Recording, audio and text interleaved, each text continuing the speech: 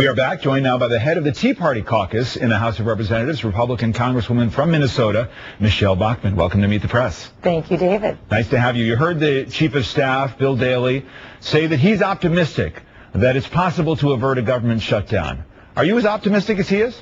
Well, I'm hopeful. I don't think anyone wants to see the government shut down, but it is shocking, the revelations of all the money that's been spent. There was a Congressional Research Service report that just was issued in February, and we discovered that secretly, unbeknownst to members of Congress, over $105 billion was hidden in the ObamaCare legislation to fund the implementation of ObamaCare. This is something that wasn't known. This money was broken up, hidden in various parts of the bills, and we have worked very hard to discover $61 billion in cuts that we could put forward, get to the president. So in effect, David, we've taken one step forward and two steps back, because we've found now that $105 billion has already been implemented. You heard the president this week offer an accommodation to the states to opt out of the individual mandate where necessary to tailor to their own states. Well, why isn't David, that the sort of the give that Republicans wanted? David, that's not a give at all. In effect, all that is a pretext for implementing a single payer plan.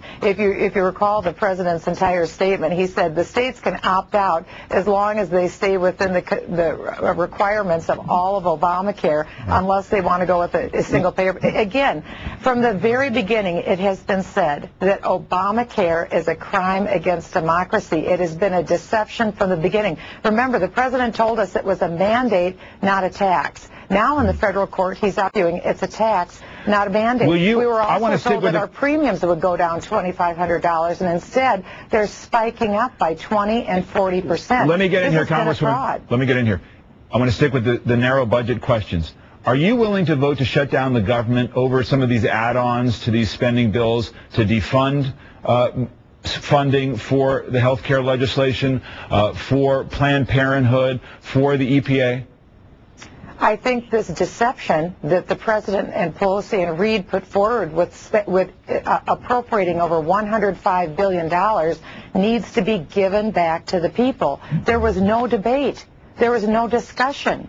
$105 billion is a lot of money. You can't just slip that into a bill and not tell members of the House and not tell members of the Senate, and then when they go to vote for the bill, did it just slip Harry Reid's mind? Congresswoman, my question is a very direct one. Will you vote to shut down the government over those riders? I think that President Obama needs to give back that $105 billion that they already appropriated. They have tied the hands of Congress for the next 8 years, David. They already appropriated this money. Members of Congress didn't even know this money was in the bill because we couldn't read the bill before it was passed, because it wasn't given to us but hours before we had to vote for it. That's why Speaker Pelosi famously said we have to pass the bill to know what's in it. Members of Congress weren't even given the courtesy of time to read the bill. This $105 billion has to be given back before we can start any other discussion. Let me ask you about some Tea Party criticism of Speaker Boehner over how far the cuts have gone. The USA Today reported on this on Friday. I'll put it up. Tea Party leader blasts Boehner over cuts. The founder of one of the largest Tea Party groups said House Speaker Boehner looks like, quote, a fool because he's not cut enough from the budget. Judson Phillips, founder of the Tea Party Nation, Boehner's inability to negotiate, he said larger cuts should prompt the Tea Party movement to run a candidate against him in 2012 in a GOP primary. The Tea Party movement sprang up in 2009 as a reaction to insane government spending, Phillips wrote on his blog on Wednesday. In 2010, the American people spoke, demanding change. Everyone realizes that the level of spending cannot be sustained. John Boehner did not get that message. Has Boehner failed the Tea Party? The main message that's going across the internet today among members of the Tea Party, they are outraged about this $105 billion that was deceptively put in the Obamacare bill. Congresswoman, you made your point. I'm asking you a direct question here about whether you think, as head of the Tea Party caucus, whether Boehner has failed to live up to the Tea Party's expectations.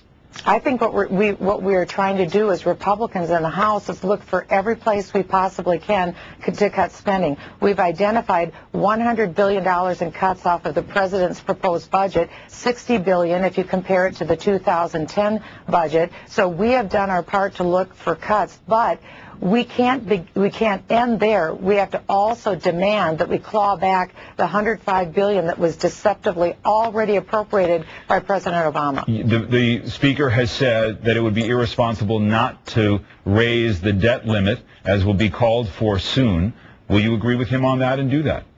I am not in favor of raising the debt ceiling. In the last 10 years, we have raised the debt ceiling 10 times. We are just giving the Congress a license to keep on spending. And one thing the American people are demanding, because they want to see jobs created, they want to see the economy get on a good footing. In order to do that, government has to take less so that the American people can keep more. The issue of the Tea Party and backlash among voters against the Tea Party is an interesting area, because conservatives and certainly leaders and Tea Party folks have said, look, there was a mandate from the 2010 election, and that was to cut spending. And yet you have this from analysis from our Wall Street Journal NBC News poll written by the Wall Street Journal on Thursday. Among those most fearing spending cuts, they reported, were younger voters, independents, seniors, and suburban women, groups that include many swing voters in national elections who potentially could turn against the GOP. Quote, it may be hard to understand why someone would try to jump off a cliff to solve the debt crisis, pollster Mr. Bill McIntyre said of his fellow Republicans, unless you understand that they are being chased by a tiger, and that tiger is the Tea Party. Is the Tea Party chasing the broader GOP off the cliff? You know, I think that the political left has been very afraid of the Tea Party movement because it is not necessarily political. It's not Democrats or Republicans. It's made up of a very broad-based coalition. It's made up of people who want the country to work again. They believe that we're taxed enough already, the government shouldn't spend more money than what it's taking in, and that each of the three branches of government should act within the jurisdictional limitations of the Constitution. That's a broad-based group of people. They just want our country to work again, and I think that that coalition is hanging together more strongly now than ever. You've talked about foreign policy and been critical of this president and his handling of the situation in the Middle East. I want to play something that you said back in January while in Des Moines about the future of this country and ask you about it. I'll play it first.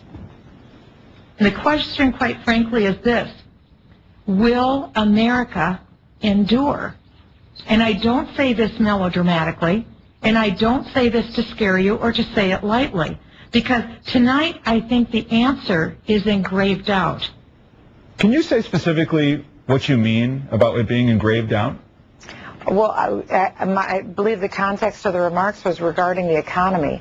With the amount of spending and deficits that we are accumulating, that does put America's national security interests at risk, because when we have foreign nations holding a tremendous amount of our debt, $1 trillion nearly in the case of China, that can have national security implications. We do not serve our American interests well when we put ourselves in the hands of creditors. What about the handling by this president of events in the Middle East? Is it your view that it's in America's vital security interest to remove Muammar Gaddafi from power in Libya?